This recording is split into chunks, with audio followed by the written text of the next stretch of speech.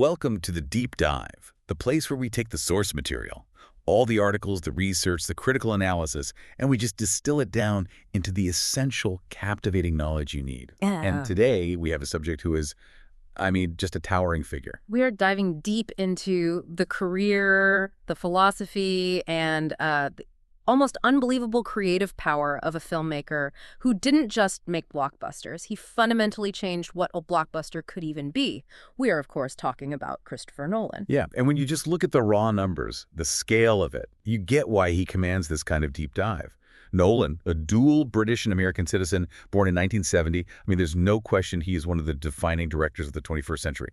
His films altogether have pulled in over $6 billion worldwide. $6 billion. That puts him in the absolute top tier of all-time highest-grossing directors. It really does. But what's so critical to get here is that the commercial power, that $6 billion, it's completely tied to his artistic authority. This isn't just about making money. You look at his mantelpiece, he's got multiple BAFTAs, a Golden Globe, and then the big one, the 2023 Academy Awards for Oppenheimer, Best Director and Best Picture. And his influence goes way beyond the film set and into the establishment itself. He was appointed a CBE, that's a commander of the Order of the British Empire, back in 2019. But then, for his services to film, he received a knighthood in 2024. Right. And for anyone listening who might not know the difference, the CBE is a huge civilian honor, but the knighthood, that's permanent. Yeah. It officially makes him Sir Christopher Nolan. It's really the ultimate validation from the system. Exactly. So our mission today is to unpack that journey. How does a guy who starts out making a film for £3,000 shot on weekends become this titan of the industry? How did he make that transition from low-budget indie filmmaker to really the architect of the intelligent blockbuster? We're going to get into his unique narrative structures, the deep philosophical ideas he's always exploring, his almost radical dedication to physical analog filmmaking. And this is the key part, the extraordinary creative leverage he has now, where he can demand terms in Hollywood that no other director can even dream of. That's the tension, isn't it? That blend of these huge, high-concept ideas with this massive, tactile, real-world spectacle. That's why he's so fascinating. So, okay, let's start at the beginning. Let's unpack his blueprint, his early life, and what made him who he is. Right, and it really starts with what defines him geographically, culturally, this dual identity. Christopher Edward Nolan was born in London in 1970. His father was a British advertising executive, and his mother was an American flight attendant and a former English teacher from Evanston, Illinois. So from the very beginning, he was spending his youth commuting between two completely different film cultures. He was raised in Highgate, London, but then he'd spend every single summer in Evanston. Which means he holds both UK and US citizenship. And this isn't just some biographical footnote. You can see how it gave him this remarkable ability to navigate the more clubby, as he called it, British film industry, while also understanding how to command the huge resources of the American studio system. He spoke both languages of cinema right from the start. And his passion for it was, it was immediate. Yeah. And very hands-on, very mechanical. Yeah, let's talk about that early spark. We're talking age 7, right? This is where that preference for all things analog really begins. At age 7, that's the part that's just... Exactly, age 7. He gets his hands on his father's Super 8 camera and just starts making these little short films using his action figures as the actors. And this wasn't just, a kid playing around. It was meticulous. He was researching. He was obsessed with Star Wars. Right, his project Space Wars, a stop-motion homage. A painstaking stop-motion homage. And this is where you see that early dedication to realism, even if he had to, borrow it. We know he built these little sets out of clay, flour, egg boxes, and toilet rolls. But the way he sourced the visual effects, that's the part that I find so telling. It's amazing. This connects him right away to this pursuit of authentic material. Absolutely. So Nolan's uncle had actually worked at NASA. Wow. Yeah, building guidance systems for the Apollo rockets. So his uncle sends young Christopher some real, actual launch footage. And instead of trying to draw it or fake it, Nolan just points his camera at the screen, refilms the footage, and edits it right into his little short film. He joked later he was thinking no one would notice. That is the core of his entire filmmaking philosophy right there, isn't it? This desire for low-tech ingenuity mixed with this absolute drive for high-fidelity realism. He basically started his career by splicing NASA's reality into his own fictional world. And he knew from age 11, that's it, I'm going to be a professional filmmaker. Which brings us to his his very strategic, almost counterintuitive choice for college. He studied English literature at University College London, UCL. He did not go to film school. And that was on purpose, right? It was a deliberate choice. It was completely deliberate. It was advice from his father, who suggested that getting a degree in something unrelated would give him a different take on things, and enrich his perspective. And you can argue the perspective, studying literature, studying philosophy, that's what gave him the intellectual toolkit to handle the kind of complex, nonlinear stories he'd become famous for. But the choice of UCL itself was also super tactical, wasn't it? He picked it for the gear. Precisely. He chose UCL specifically because its film society, which was part of the student union, was equipped with a Steenbeck editing suite and 16mm film cameras. Okay, so for anyone listening who doesn't know, what's a Steenbeck? A Steenbeck is this big, physical, flatbed machine you use to edit actual celluloid film. You're literally handling the tape. You're physically cutting and splicing it together. For an aspiring analog filmmaker, getting access to a Steenbeck was way more valuable than sitting in a lecture hall analyzing films he hadn't even learned how to make yet. So he's not just analyzing literature, he's learning the actual nuts and bolts of film editing on the side. Yeah. And it's here, on his very first day at UCL, that he meets his future wife, and really his career-long production partner, Emma Thomas. And that partnership is it's foundational to everything we're going to talk about today. Together, they ran the Union's Film Society. They would screen 35mm feature films, and the money they raised, they didn't use it for parties. They used it as their own little production fund so they could go out and shoot their own 16mm short films during the summers. It's this shared, intense focus on the craft, on the analog process, that led them to co-found their production company, Syncope Inc., in 2001. And even the name syncope, they took it from syncope, which is the medical term for fainting or a brief loss of consciousness. One of his early lecturers pointed out it was a perfect name for his kind of disruptive, disorienting narrative style. The architecture of his whole approach was already there. So after graduation in '93, things didn't just take off for him, did they? He had to grind it out for a while. Oh, yeah. The path was not immediately clear. He spent years working as a script reader, a camera operator, directing corporate films, industrial videos. He really came up against the reality of the British film industry, which, ironically, was not very supportive of his talent. He's talked about that frustration. He described the whole scene as a very clubby kind of place and flat out said he received no support whatsoever for his ideas. So that period of rejection, it really forced him to be incredibly resourceful, which in the end became his signature style. Before his first feature, he was honing his craft on these tiny short films. There was one called Larceny in '96, shot in black and white over a weekend. And then Doodlebug in '97, which is this really surreal short about a guy chasing a miniature version of himself around a room. You can already see the themes there. Yeah. Fragmentation of self-perception, all done with, extreme economy. Which leads us directly to following his debut feature from 1998. And this is a true masterpiece of, let's call it, constrained filmmaking.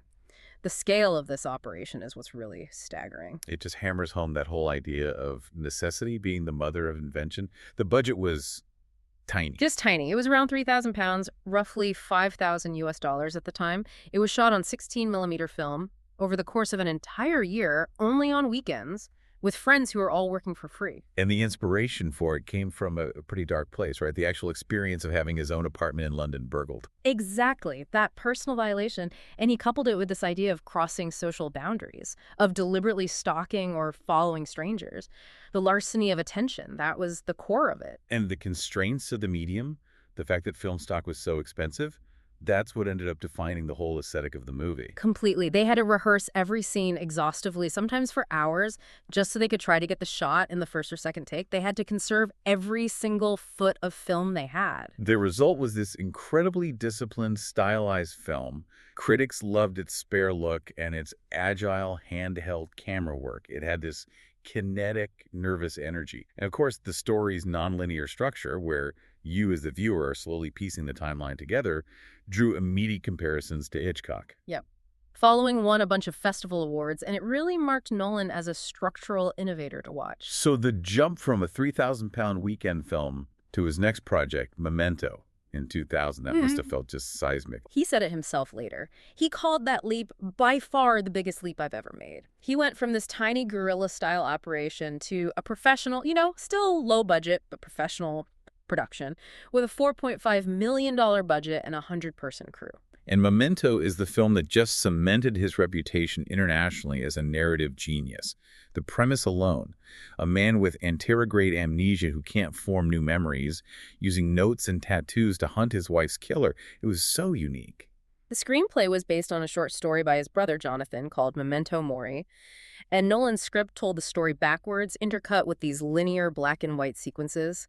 One film executive called it perhaps the most innovative script I had ever seen. But the brilliance wasn't just the gimmick, it was the philosophical weight behind it. Okay, let's get into that, because this is where our listeners get that key insight. There's this connection that critics made to the philosopher John Locke. Why is that so important to understanding Memento? It's the essential intellectual foundation of the film. Back in the 17th century, John Locke wrote his Of History, an essay concerning human understanding. And in it, he basically argues that what defines our identity, our self, isn't our soul or our body, but our conscious memory. You are who you remember being. So if Leonard in Memento can't form new conscious memories, if his immediate past just vanishes every few minutes, then according to Locke's philosophy, he's literally losing his identity, his self, with every passing moment. Exactly. So the narrative device, the reverse chronology, it's not just a clever trick, it's the physical manifestation of this huge ethical and existential problem. It turns a simple revenge thriller into this profound meditation on identity, asking, can a man even be held accountable for actions he has no memory of performing? It elevates the whole film from a structural gimmick to a deep ethical puzzle. The film made $40 million, which was huge for an indie film like that. He got Oscar nominations for the screenplay. And suddenly, Nolan wasn't just an indie director anymore. He was a conceptual filmmaker who could deliver an intelligent hit. And that success caught the eye of a major figure, Steven Soderbergh. Right, who had just directed Aaron Brockovich in Traffic. Exactly. Soderbergh was so impressed with Nolan's disciplined style that he recommended him to Warner Bros. To direct Insomnia, which was a remake of a Norwegian thriller. And that was Nolan's formal entry into the U.S. studio system. Insomnia, starring Al Pacino, Robin Williams, Hilary Swank. It's often called the outlier in his filmography because it's pretty straightforward narrative. It doesn't have the time-bending tricks. It was his proving ground. It showed he could handle major stars, a bigger budget, $46 million, and still deliver a commercially successful film. It grossed $113 million, and critics loved it. Roger Ebert pointed out that it wasn't just a remake, it was a re-examination of the material, adding all these new layers of guilt and morality. It also has this interesting little footnote in his career. It was his first R-rated feature, and he wouldn't make another R-rated film for 2 decades until Oppenheimer in 2023. So by 2003, he had proven his artistic chops and his commercial viability. He was setting the stage for one of the most creatively massive decades in Hollywood history. This is where he consolidates his power and starts to redefine what a huge studio franchise could even be. And the foundation for it was laid because of a weird twist of fate, the Troy anecdote. Right, which says so much about how Hollywood works. Nolan was all set to direct Troy in 2003, the big Homer adaptation. But as the story goes, a more powerful producer decided he wanted to direct it instead, and Nolan was basically pushed off the project. So as a kind of apology, Warner Bros., who had just made Insomnia with him, offered him a consolation prize, the chance to reboot the Batman franchise, which was basically dead at the time. And that consolation prize, Batman Begins in 2005, became the launchpad for his entire career as a blockbuster architect. And his mission for Batman Begins was, at the time, really radical. To ground the character, who'd become this sort of campy comic book creation in a gritty, plausible reality. Yeah. He minimized the CGI, he favored traditional stunts, miniature effects, real sets. And this was so influential. It injected realism and psychological depth into the superhero genre, creating this gritty, grounded aesthetic that, every superhero film for the next decade tried to copy. One author, Ian Nathan, noted that in just 5 years, Nolan went from an obscure indie director to controlling one of Hollywood's biggest properties, and in doing so, he was fomenting the genre that would redefine the entire industry. But right after proving he could handle that massive scale, he did a strategic detour to show his versatility again. The Prestige in 2006, a meticulous Victorian-era psychological thriller about rival magicians. He co-wrote it with his brother Jonathan over 5 years, and it proved he hadn't abandoned those mid-budget intelligent puzzles that made his name. The studio was worried that a period piece about magicians wouldn't sell, but it earned over $100 million worldwide. Critics loved it. Yeah. So it solidified his reputation. He could deliver a massive franchise reboot and a smaller, intellectually complex film, all while keeping his signature narrative twists. And that confidence led directly into the film that defined the era, The Dark Knight in 2008. Nolan was actually hesitant to do a sequel, but he agreed on the condition that he could expand the scope. He didn't want to make a superhero movie. He wanted to frame it as this sprawling, modern, large crime story that looked at the ethical lines between the police, vigilantes, the justice system, and just pure anarchy. And the technical innovation here, I mean, he kept his commitment to practical effects. They really did flip an 18-wheeler in downtown Chicago. But he also pushed analog technology further than anyone had before. Right. The Dark Knight was the first major motion picture to use high-resolution IMAX cameras for big chunks of the movie, especially the action scenes like the opening bank robbery. And for anyone who doesn't know, shooting on 70mm IMAX film is a nightmare. It's cumbersome, it's expensive, the cameras are incredibly loud, but the image quality, the sheer visual scope is just unparalleled. It physically pulls you into the spectacle. The cultural impact was a watershed moment. Critics didn't just call it a great superhero film, they called it one of the best films of the decade. Manohla Dargis said it existed at the divide between art and industry. Yeah. It was seen as high art disguised as popular entertainment. And the fact that the film didn't get a Best Picture nomination in 2009 led to one of the biggest institutional changes in Hollywood history. The public and the media were so outraged that the Academy of Motion Picture Arts and Sciences felt like they had completely missed the cultural moment. Which led directly to what's now called the Dark Knight rule. Starting in 2010, the Academy increased the number of Best Picture nominees from 5 to 10. And it wasn't just about inclusion. It was the Academy admitting they couldn't just ignore these cultural and commercial titans that were also major artistic achievements. Nolan's influence was literally reshaping the award system. So after conquering the franchise world, Nolan pivoted back to a completely original, high-concept film backed by the enormous power he now had, and that was Inception in 2010. This felt like the moment his vision was just fully realized, merging his deepest intellectual interests with a gigantic studio budget. He'd had the idea for 9 years before it came out. He pitched it as a contemporary sci-fi actioner set within the architecture of the mind. And this is where his English lit degree and his philosophical side really came out to play. The film explores identity, memory, reality itself, all through this framework of shared dreaming. Critics praised it for exploring these complex philosophical ideas, like the leap of faith needed to escape the dream world. Mark Kermode famously said that Inception was definitive proof that it is possible for blockbusters and art to be the same thing. And commercially, it was a massive statement. It grossed over $836 million. It proved that audiences all over the world would flock to see a 2.5-hour film about corporate espionage inside layered subconscious dreams. He finished out the decade with The Dark Knight Rises in 2012, which sailed past the billion-dollar mark. The confidence and the control he earned during this golden decade allowed him to basically dictate his terms on every single project from then on. Yeah, as one critic put it, in just over a decade, Nolan shot from promising British indie director to undisputed master of a new brand of intelligent escapism.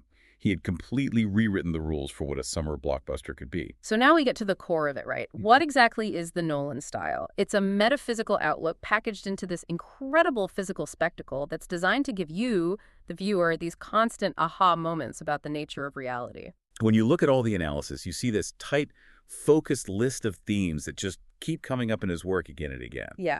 His films are always thematizing. First, epistemology, which is just a fancy way of saying, how do we know what we know? He's always questioning truth and perception.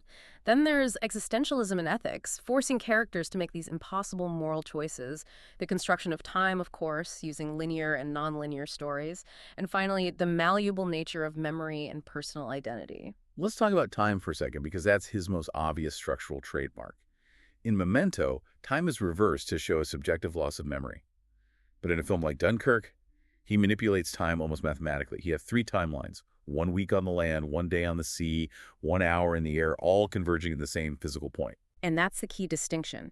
He uses time not just as a narrative gimmick, but as a physical, almost architectural element of the story. In Dunkirk, that difference in temporal experience isn't just clever. It reflects the emotional reality of war, how an hour in a Spitfire can feel as long and agonizing as a week spent waiting on a beach. The critical language people use to describe his method is really telling. A common knock on Nolan is that his films can be emotionally cold, that he's more interested in plot than character. But the filmmaker Guillermo del Toro had this brilliant counterpoint. He called him an emotional mathematician. An emotional mathematician. I love that. It means he's able to construct these incredibly complex narrative equations. But the solution to the equation is always an emotional outcome. The characters might not be warm and fuzzy, but their dilemmas, the need to get home in Inception and Interstellar, the quest for redemption in The Dark Knight, they're all intensely primal. The BBC's Will Gompertz call him an art house auteur, making intellectually ambitious blockbuster movies.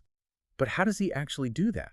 How does he blend those experimental ideas with mainstream demands without losing the audience? It comes down to spectacle and the most visible part of his authorial control, his unwavering, almost radical dedication to the analog medium. He actively champions using traditional film stock, celluloid, over digital cameras. Which reflects this very materialistic perspective in his work.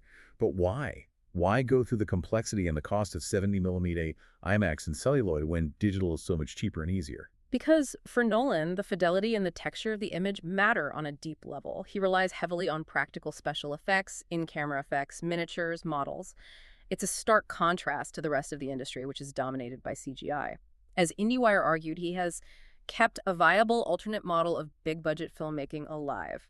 When you watch that city fold over on itself in Inception or the rotating hallway fight, the sense of physical reality is what grounds those fantastical concepts. You can feel the gravity of it.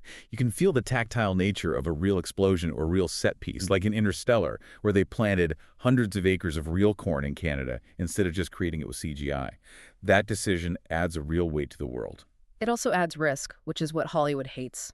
Shooting on IMAX film is a logistical nightmare. The cameras are huge, they jam constantly, the film stock is super sensitive, every take is incredibly expensive. Nolan insists on this high-risk, high-reward method because he believes the texture and scope of analog film are just superior and irreplaceable. He said the film texture has a vibrancy and power that digital just doesn't. And his dedication to preserving film goes way beyond just his own projects. He uses his influence to advocate for the medium all over the world. A perfect example is back in 2018, when he personally supervised a new 70mm print of Stanley Kubrick's classic 2001, A Space Odyssey. And crucially, this wasn't a digital cleanup. It was a print made directly from the original camera negative to ensure the purest possible analog viewing experience. And then he presented it at the Cannes Film Festival. That's a huge act of cultural stewardship. He's making sure these analog masterpieces survive the way the filmmakers intended them to be seen. And he formalized that commitment. He joined the board of the Film Foundation in 2015 and the National Film Preservation Board that same year. He wasn't just talking about film preservation, he was dedicating his own time to shaping the policy around it. And he started those Reframing the Future of Film summits, right? Bringing together film archives and labs from all over the world, London, Mexico City, Mumbai. It shows he's become what critics call the complete filmmaker. He oversees not just the making of his movies, but the entire cultural and industrial ecosystem that surrounds the medium itself. He even uses his platform to support lesser-known, more artistic filmmakers. He directed a documentary short about the brothers Quay, these amazing stop-motion animators, just to bring more attention to their work. It shows his commitment is holistic. He's protecting the past, influencing the present, and supporting high art innovators for the future. So as we move into the current era, we see Nolan navigating these huge industry shifts, starting with Tenet in 2020. The premise alone was peak Nolan, an unnamed protagonist who is inverting time to stop a world-threatening attack, all structured like a high-speed spy movie. The ambition was deliberate. One critic called it a globe-spinning riff on all things Nolan-esque. But its release was just hit by a perfect storm. It got delayed 3 times because of the COVID-19 pandemic, and it ended up being the first major Hollywood blockbuster to open in theaters after the global shutdown. And because of all the challenges facing cinemas at that time, it underperformed relative to its scale. It grossed $363 million on a massive $200 million budget. And critically, it was maybe his most polarizing film.